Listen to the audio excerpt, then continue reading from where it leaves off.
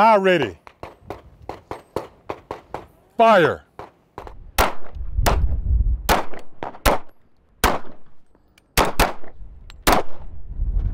This gun range is similar to others across America where firearms enthusiasts, proud and protective of their Second Amendment rights, can practice becoming a better shot. There you go. Whenever you're ready.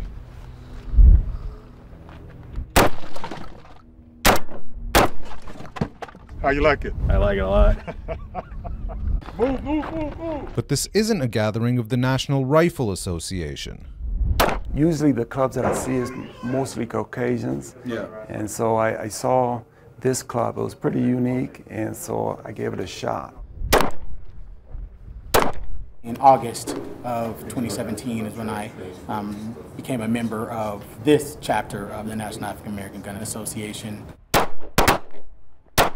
We're with the Denver branch of the National African American Gun Association. Chapters like it are opening up all across the country because for an increasing number of people of color, the Trump era has been a call to arms. High ready. Fire. You know, some of the things that we were seeing in the news, a lot of the things that the president was saying, and the reactions that we saw from a lot of members of the white community, not everyone, more white supremacists, it seemed like having some form of protection was a good thing for us to have. The incident in Charlottesville, when you had the white supremacists, you had the neo-Nazis, and the white nationalists, and they came to that protest armed to the teeth. They had all types of weapons. And when a person got run over by one of their supporters, his answer was, well, there are good people on both sides. My theory is if you're marching under the Confederate flag or you're marching under the Nazi flag, which America fought 2 wars to get rid of, you're not a good person. Fire. David Fannings is an Army veteran who believes the president's rhetoric has made the country less safe for minorities. He's saying what they have thought and felt for a long time, and him being the leader of the country, it's like giving them a green light. This is a 12-gauge shotgun. This one operates very much like an AR type rifle. For home defense, a shotgun is real good. To be able to be a member of an organization that was run by us, for us, that appealed to me. With just under 25,000 members, this gun group is tiny compared to the NRA, which claims around 5 million. But in the last 14 months, the National African American Gun Association, also known as NAAG, has grown from just 14 chapters to 52. Based in Atlanta, the group's leadership doesn't sound so different from its NRA counterpart. The Second Amendment is an important right, just like any other right that we have. And it's one that our community has a complicated history with. But it's a right nonetheless that without that right, it's very hard to assume a position of a fully fledged citizen in these United States. But at NAAG, exercising your Second Amendment rights isn't just a way to defend yourself and your family. It's seen as an extension of something much larger, the civil rights struggle. So some of the first gun control laws that came about in this country were related to race. They were related to keeping guns out of the hands of African American people. To contain the misery and violence of the ghetto, Oakland's all-white police department earned a reputation for head-knocking brutality that has left a well-remembered legacy of bitterness in the minds and hearts of many who lived in that time and place. Back in the 1960s, some young African Americans in Oakland, California responded to police overreach by following the police and observing arrests. They called themselves the Black Panthers, and they were armed to the teeth, legally. Their armed patrols in an open carry protest at the state capitol alarmed the authorities so much that in 1967, the state instituted an open carry ban. Am I under arrest? Take your hands off me if I'm not under arrest.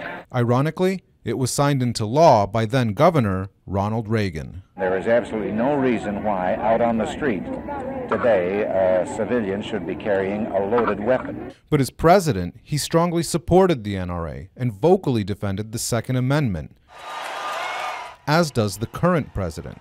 I am also proud to be the first sitting president to address the NRA Leadership Forum since our wonderful Ronald Reagan in 1983. I'd be lying to you if I said the political arena has not affected our membership. People look at what's going on politically and they see some of the comments that are made by certain folks in high places, and it makes them a little unnerving. And that has definitely been a part of our growth. While the new political climate is contributing to the interest in personal protection among African Americans, reason I put George, your brake lights are out. part of the reason NAAG members aren't flocking to the NRA is a policing culture that predates Trump. Sir, I have to tell you, I do have a firearm on me. Don't reach for it then. Don't pull it out. Don't pull it out. The 2016 shooting of Philando Castile, a black gun owner with a concealed carry permit, outraged the African American community. But in this instance, the nation's most established gun advocacy group didn't jump to publicly defend Castile's Second Amendment right. Oh, as far as the NRA is concerned, I'm going to lay it out there because I don't sugarcoat it. I'm going to give it to you in the raw. You take it any way you want to. But you didn't defend my son the way you would have defended a white person. They should have stood up for my son and gave him the due respect that they do anyone else that's killed in that manner. I used to be a member of the NRA, but I don't feel supported by the NRA towards my needs in my community. So it's just, they're not there. Are you talking about incidents like Philando Castile? Yes. He announced that he does have a concealed carry and he was lawful, and he got shot immediately. The NRA did not come forward and condemn the deadly use of force on a person that was legally carrying. Anytime there was an issue with someone who looked like me or who I felt could be a part of my family, I don't believe the NRA had their back or had their best interest. Our oldest son is 27. He has a concealed weapon permit. He's allowed to carry. That worries me because if he's pulled over, he's going to be treated differently, and he's often targeted and pulled over. You know, it has happened to him more times than I like to admit. The NRA did not agree to an interview with NewsHour Weekend. While African American interest in personal protection appears to be rising, gun sales nationally are trending in the opposite direction. FBI figures show that background checks made by gun sellers dropped off during Trump's first year in office. The store in Aurora, Colorado, where the Denver chapter of NAAG trains, is no exception. For 8 years when President Obama was in office, gun sales were incredibly brisk. So probably, 15 to 18% drop overall in business since President Trump's been elected. What do you attribute that to? I think basically nobody's really too concerned about any new gun legislation. So people are taking a big sigh and, they figure that they can buy whatever they want fairly easily, certainly up until maybe the midterm elections. For now, members of NAAG will keep sharpening their shooting skills and standing up for what they see as an essential civil right.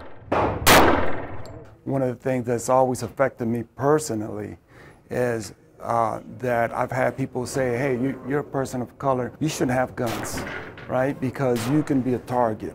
It's dangerous.